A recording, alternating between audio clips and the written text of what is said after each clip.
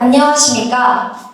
대한민국 자살률 최상위 지역 제주도에 사는 전지효입니다. 저는 제가 영원히 어린아이일 줄 알았습니다. 빨리 어른이 되고 싶다. 빨리 대학교 가서 CC도 해보고 재밌게 놀고 싶다. 어른 되면 받아쓰기 같은 거 안 해도 되겠지? 어린애 주제에 미래 남편감까지 미리 고민했던 적도 있습니다. 어린애답게 쉽게 내 미래에 대해 이야기하고 낙관적이기만 할 수 있었죠. 그렇게 꿈을 꾸던 내가 영원히 8살일 줄 알았던 어린애는 어느새 이렇게 16살이 되어 있었습니다. 그리고 저는 이제 내 미래에 대해 이야기를 꺼내는 것이 어려운 나이가 되었습니다.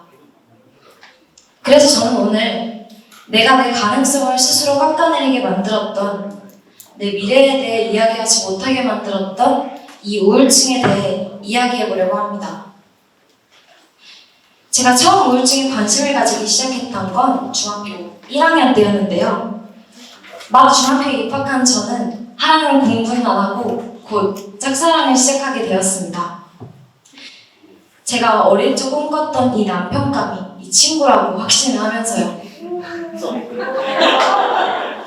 이야기를 나누고 친해지는 과정에서 좋아하는 마음은 더 깊어지게 되었는데요. 이때 저를 놀래켰던 건 뜻밖의 우울이었습니다. 나는 나 자신이 싫어. 우울증인 것 같기도 하고. 고작 14살이 그 반짝반짝 빛나는 어린아이가 그렇게 얘기했습니다. 저는 깜짝 놀라서 할 말을 잃었습니다. 그 친구는 잘 웃고 뛰어노는 걸 좋아하고 친구도 많은 밝은 애였습니다. 우울함과는 전혀 딴판인 애가 자기는 자기가 싫다고 말했습니다. 그때 제가 뭐라고 대답했는지 잘 기억은 나지 않습니다. 다만 확실한 건 좋아하는 애의 우울함을 알아차리지 못했다는 미안함과 놀라움이 뒤섞였었다는 겁니다. 그날부로 저는 우울증에 대해 미친듯이 찾아보기 시작했습니다. 인터넷 기사부터 지식인, 어학사전, 이름도 모르는 심리학자의 강연 영상, 이해하지 못할 영어들로 가득 차있던 해외 논문들까지 싹 다요. 공부를 이렇게 하면 서울대요? 아니, 하버드도 껌이겠더라고요. 우울증에 대해 알아보면 저는 세상 다 사는 에너지처럼 한숨을 푹푹 내쉬기 시작했습니다. 우리나라가 OECD 국가 중 자살률은 최상위인데 반해 삶 만족도는 최하위 국가라는 것을 다시금 깨달았기 때문인데요. 그리고 당시 기사를 통해 제가 살고 있는 우리 제주도가 전국에서 자살률이 가장 높다는 사실도 알게 되었습니다. 그 치솟는 우울증과 자살률 그래프 속에 청소년들이 매우 큰 자리를 차지하고 있다는 건, 그리고 매년 그 자리가 커져가고 있다는 건 부정할 수 없는 부끄러운 사실이었습니다. 심지어 이 모든 아픔의 원인이라고 볼 수 있는 청소년 우울증은 다른 우울증에 비해 알아차리기도 어렵고 보통 겉으로는 행복해 보여서 알아차리기가 어렵다고 하는데요. 나 힘들어. 오늘 무슨 일이 있었는데 이러이러해서 속상했어 와 같이 내 감정을 드러내는 것을 약점을 드러내는 것으로 생각하고 주변 사람들한테 말을 하지 않는다고 합니다. 그리고 이렇게 SNS와 같은 가상 세계에서 자신의 삶을 멋지게 표현한다는 데 집착한다는 특징이 있는데요. 무심코 지나갔던, 평범하다고 생각했던 청소년들의 모습들, 어쩌면 단순한 사춘기의 특징 하나가 아니라 우울증의 신호일 수도 있다는 이야기입니다.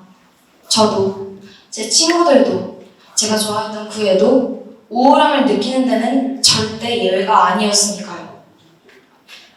저는 우리 사회가 이런 청소년들을 보호하고 돕는 것은 당연한 의무라고 생각합니다. 우울증과 같은 정신질환은 특히 전문가의 도움이 절실한데요. 이에 호주는 2006년 연방정부가 국가청소년 정신건강재단을 만들어 호주 전역에 100곳이 넘는 센터를 설치해 전문적인 상담과 치료를 진행해 오고 있다고 합니다. 반면 우리나라는 2019년 기준 아동 청소년에 특화된 치료가 가능한 정신건강복지센터는 전국에 단 4개소에 불과하죠. 제주도가 우리나라 내에서 자살률이 매우 높은 지역이니만큼 더욱더 예민하게 청소년 우울증과 불안 요인들에 대해 반응하고 관련한 센터나 전문가분들을 더욱더 지원하고 발전시켰으면 하는 바람이 있습니다. 여러분 혹시 우리들의 블루스라는 드라마 보셨나요? 네. 제주도를 배경으로 한 작품이라 저도 재밌게 보았는데요. 등장인물들이 매 회마다 성장해 나가면서 자신만의 우울을 극복해 나가는 모습이 많은 시청자들에게 공감을 이끌어냈었죠. 저는 이 드라마가 다른 드라마에 비해 가슴을 울린다는 평이 많았던 이유가, 그리고 그 등장인물들의 서사에 더 잘 이입할 수 있었던 이유가 시청자들이 모두 각각의 우울함을 지니고 있었기 때문이라고 생각합니다. 그리고 그 우울함을 위로받고 싶어하는 열망이 높은 시청률과 화제성으로 드러난 건 아닐까요? 물론 사회와 제도의 변화는 분명 필요합니다. 그러나 저는 이 드라마를 보면서 단순한 제도의 변화뿐만 아니라 주변에서 가까이에서 우울함을 알아차려주고 이해해주는 사회를 구성하는 우리들의 변화 또한 중요하다는 생각을 하게 되었습니다. 전 우리가 가끔은 곁에 있는 이들을 토닥여주고 기댈 수 있는 어깨를 내어주는 작은 위로를 아무렇지 않게 행할 수 있는 사람이었으면 좋겠습니다.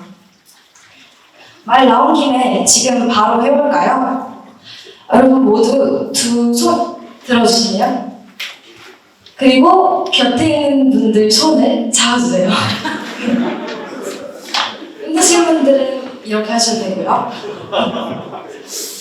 그리고 다 같이 말해봅시다. 괜찮아. 잘했고, 잘하고 있고, 잘할 거야. 앞으로 다 잘 될 거야.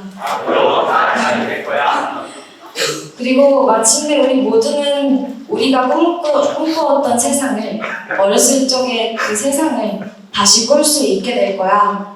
이룰 수 있게 될 거야. 우리들의 블루스, 우리들의 BLUE가 더 이상 우울이 아닌 꿈을 마음껏 펼칠 수 있는 파란 하늘이 되기를 진심으로 바라면서 연설 마치겠습니다. 감사합니다.